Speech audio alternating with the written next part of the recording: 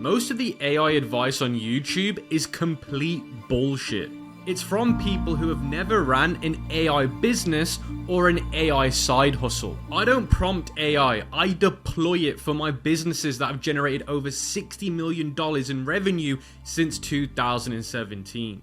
And since building these businesses since 2017, I've been able to cut the team by over 3/4 and replace them with AI.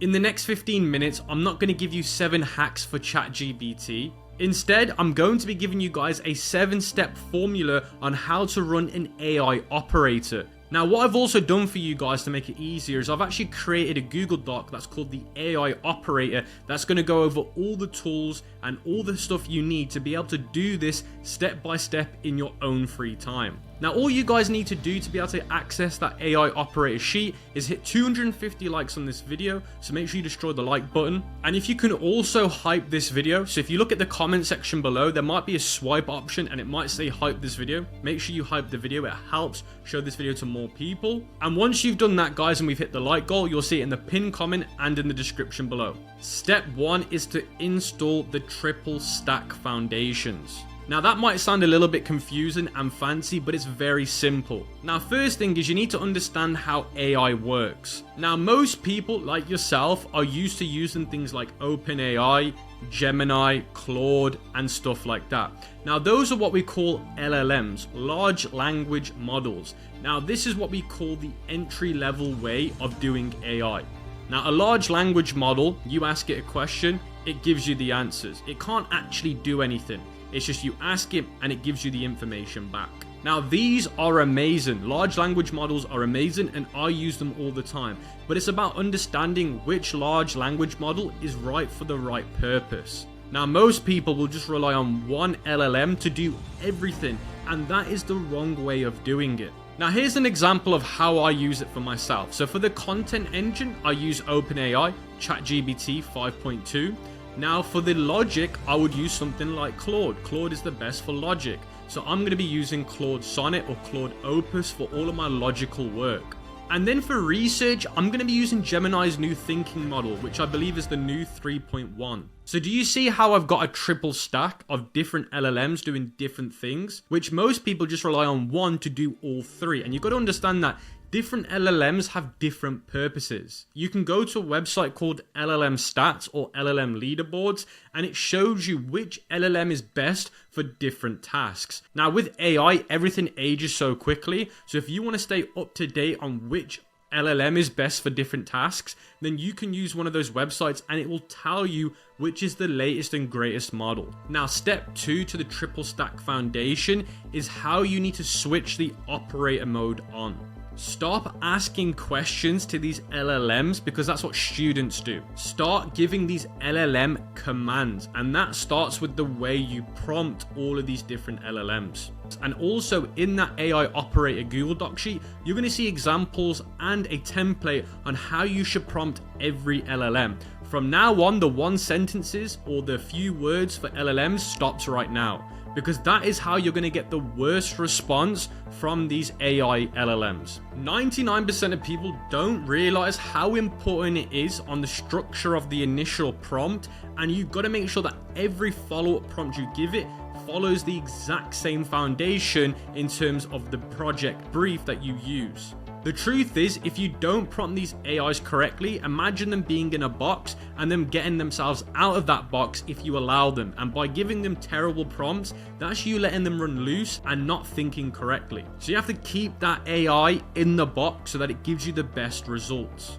That moves us into phase 2, which is you building your digital workforce. So instead of you being there and manually doing every single task yourself, I'm going to be showing you the easiest way to create multiple agents that can go out there and perform many tasks simultaneously and alongside each other. Now, this moves us into agentic workflows. So we've gone from LLMs to now agentic workflows, which is where you allow the AI to go out there and perform tasks after it's come up with the idea. The good news is today you can use things like Manis AI. Now Manis AI is the leading agent where anyone from any walk of life can use it and get agentic workflows straight away. Now Manis AI has recently been acquired by Meta, also known as Facebook, and it has gotten absolutely amazing.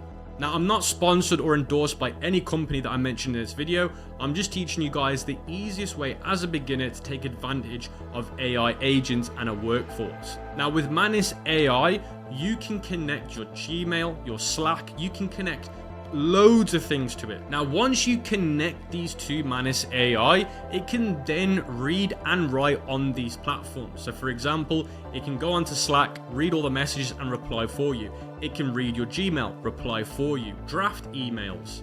Now, there is alternatives out there to Manis AI, but my honest truth is Manis is the best because it's completely beginner friendly. You don't need external hardware and you can use it locally on your computer and it's secure and safe. Now, there are other things out there like OpenClaw, which has been blowing up on the internet, but you do need a lot more tech skills to use it. Now, before you start using things like Manis AI for agentic workflows, when it comes to prompting Manis, it's better off using the triple stack method first. So use those multiple models. Now, let's say, for example, I want to get Manis AI to do the whole product foundation for a new dropshipping store.